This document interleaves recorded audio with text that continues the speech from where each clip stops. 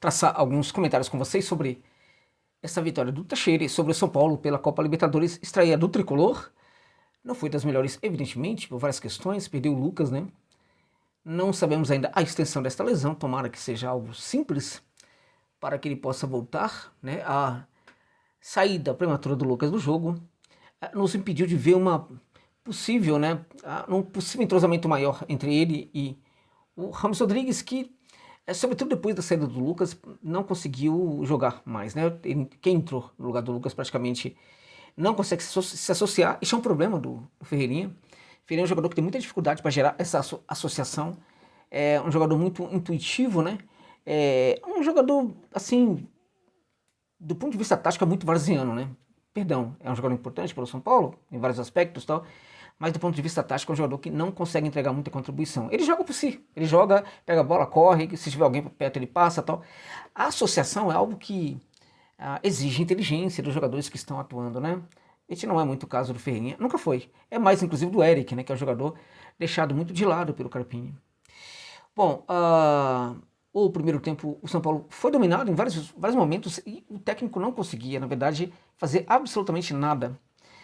Claramente que podemos pontuar que as lesões interferiram bastante no jogo do São Paulo. De qualquer maneira, o São Paulo tem um elenco muito bom, eu sempre vou postular isso, o elenco é muito bom e ele precisa, na verdade, ser melhor trabalhado pelo técnico, né? Os jogadores escolhidos, né?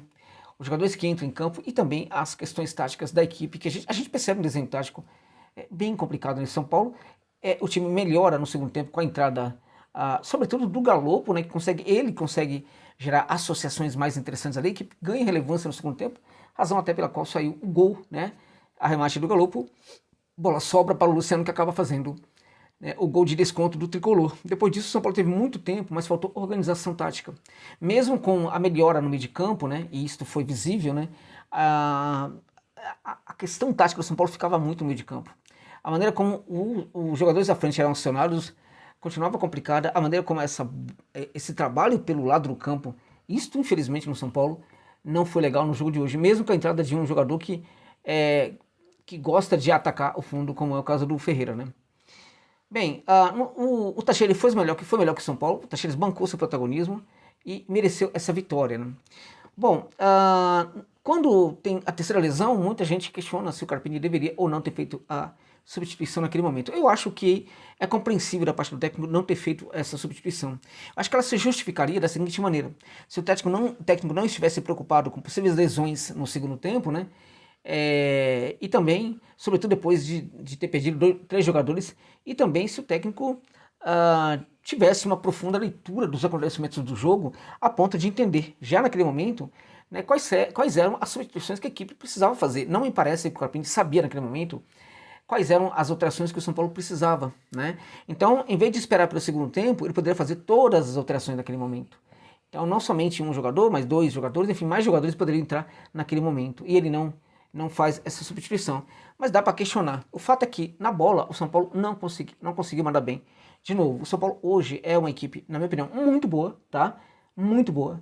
Mas ela sofre pelas escolhas do técnico, perdão pelo termo, mas pela bunda molice do técnico, né? Que tem muita dificuldade para se colocar nesse São Paulo.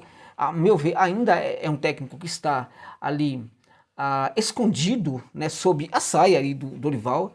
O time tem uma ideia, ainda que você tenha jogadores que possam ser diferentes em alguns momentos, ainda que você tenha também ali em alguns momentos alguma jogada diferente, mas a ideia primária é do jogo do Dorival. Ele se recusa a abandonar essa ideia primária do tipo de jogo. A essência do jogo do São Paulo ainda é um tipo de jogo que requer a bola chegando muito rapidamente ali ao ataque. Isso é bem do Dorival, né?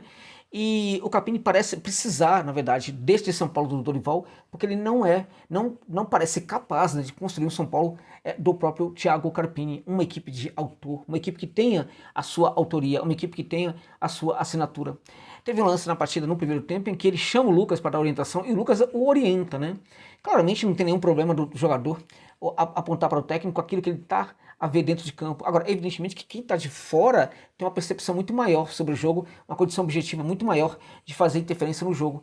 É um tanto quanto estranho o técnico chamar o jogador para dar orientação, o jogador, de certa forma, acaba comandando a conversa, o técnico fica calado ouvindo o jogador, né? Então, não que o Lucas não se apresentou naquele momento, entenda, o Lucas não se apresentou naquele momento para gerar ali, para dar uma sugestão para o Carpini. O Lucas foi chamado pelo Carpini, entende? Porque o Carpini queria conversar com ele, só que o Carpini abre a boca para falar, o Lucas, de certa forma, se antecipa e começa a orientar o técnico, né?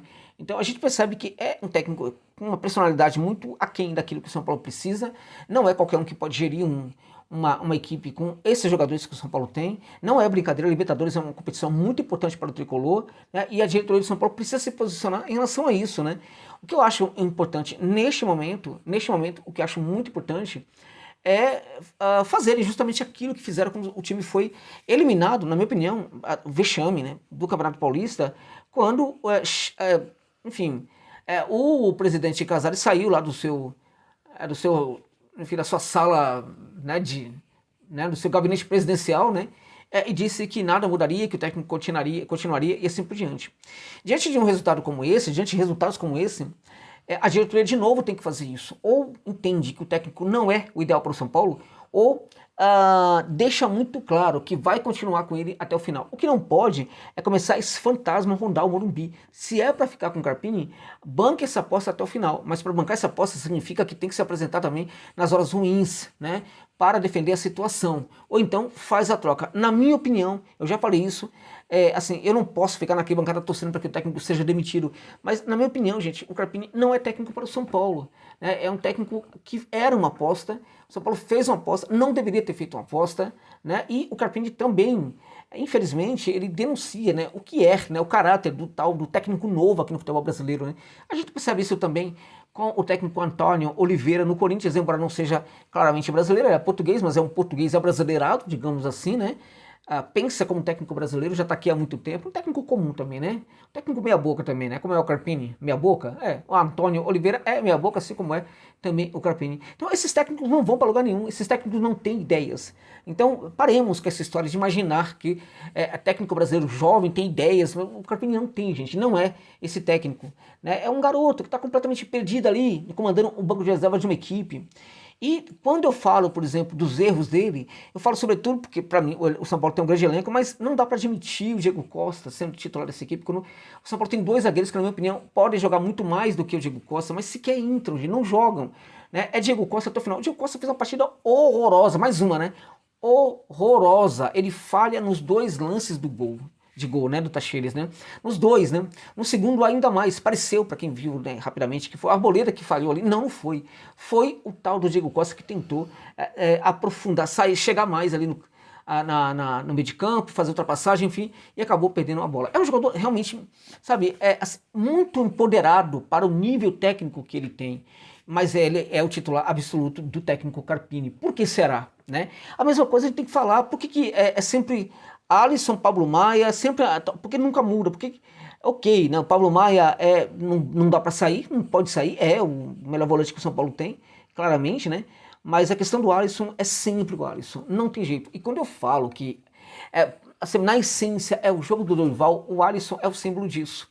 Ok? Tem nada contra o Alisson, mas o Alisson para mim é um jogador muito interessante para compor o elenco do São Paulo. Não para ser esse titular tão absoluto assim em todos os jogos, em todas as situações. Né? E o Galopo, que é um jogador bem interessante, com muitos recursos técnicos, entra de vez em quando nas partidas, não ganha chance com esse técnico, né? Alguns outros jogadores também não ganham chance com esse técnico. É sempre o mais do mesmo, né? Então assim, tem hora que você olha pro banco e você fica pensando, esse cara tá treinando o São Paulo. Todo mês entra na conta desse cara uma grana, de repente 500 mil de salário. Todo mês na conta deste senhor, que não entende nada do que é um time grande de futebol. Realmente é lamentável. Então, veja, foi uma estreia ruim. O São Paulo é o último colocado desse grupo neste momento, né? Claramente que tem chance de se recuperar, lógico que tem, mas o elenco de qualidade, porque o São Paulo tem um elenco de qualidade, tá? Vamos parar com essa história de que precisa de reforço, não.